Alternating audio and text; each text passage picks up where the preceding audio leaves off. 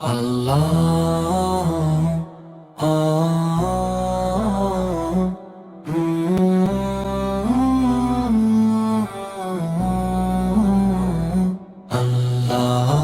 وبركاته.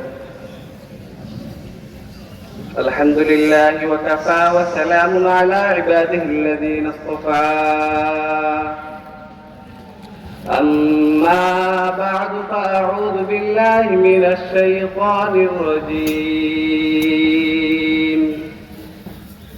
بسم الله الرحمن الرحيم. قد أفلح من تزكى وذكر اسم ربه فصلى بل تؤثرون الحياة الدنيا والآخرة خير وأبقى. وعن أبي هريرة رضي الله تعالى عنه قال رسول الله صلى الله عليه وسلم: إن الله لا ينظر إلى صوركم وأموالكم ولكن ينظر إلى قلوبكم وأعمالكم، أو كما قال عليه الصلاة والسلام. اللهم صل على محمد وعلى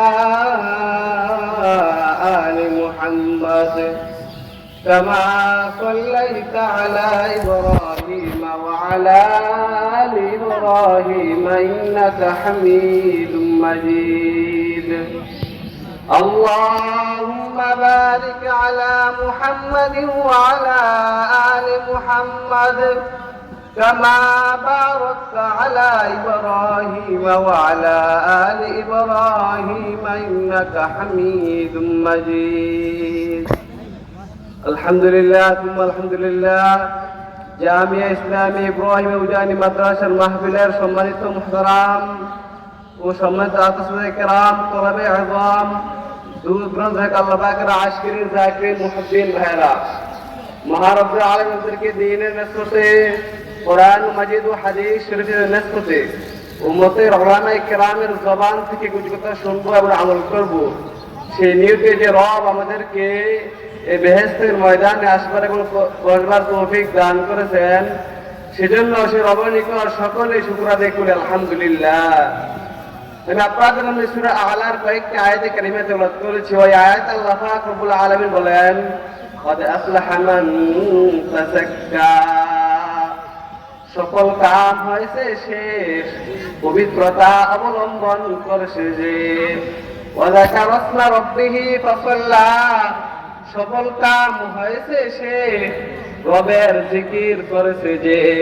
ফাসাল্লা, নামাজ আদায় করেছে যে। সকল কাম হয়েছে সে। বাল তুথিরুনাল হায়াতাদ দুনিয়া, আল্লাহ বলেন বাল তুথিরুনাল হায়াতুদ দুনিয়া, তোমরা পার্থিব জগৎকে প্রাধান্য দিয়ে থাকো। ওয়াল আখিরাতু খায়রুন ওয়া আবকা, অথচ আখিরাত দুনিয়া থেকে উত্তম। সূরা শামসের মধ্যে আল্লাহ তাআলা বলেন: কদ আফলাহা মান যাক্কাহা, সকল কাম হয়েছে সে, নিজের আত্মাকে পরিশুদ্ধ করেছে যে। ওয়াকাদ খাবা মান দাসাহা, ব্যর্থ হয়েছে সে, নিজের আত্মাকে পরিশুদ্ধ করতে পারে না যে। অন্য আয়াত আল্লাহ তাআলা বলেন: ইয়া আইয়ুহাল ইনসান মা গাররাকা বিরাব্বিকাল কারীম, হে মানুষ, তোর রব সম্পর্কে কোন জিনিস থেকে লুকায় ফেলেছে। আল্লাযী খালাকাকা ফাসাওয়াকা ফাআদালাক, যে রব তোকে সুন্দরভাবে সৃষ্টি করেছেন, সুন্দর একটা দেহ দান করেছেন, সুন্দরভাবে সৃষ্টি করেছেন।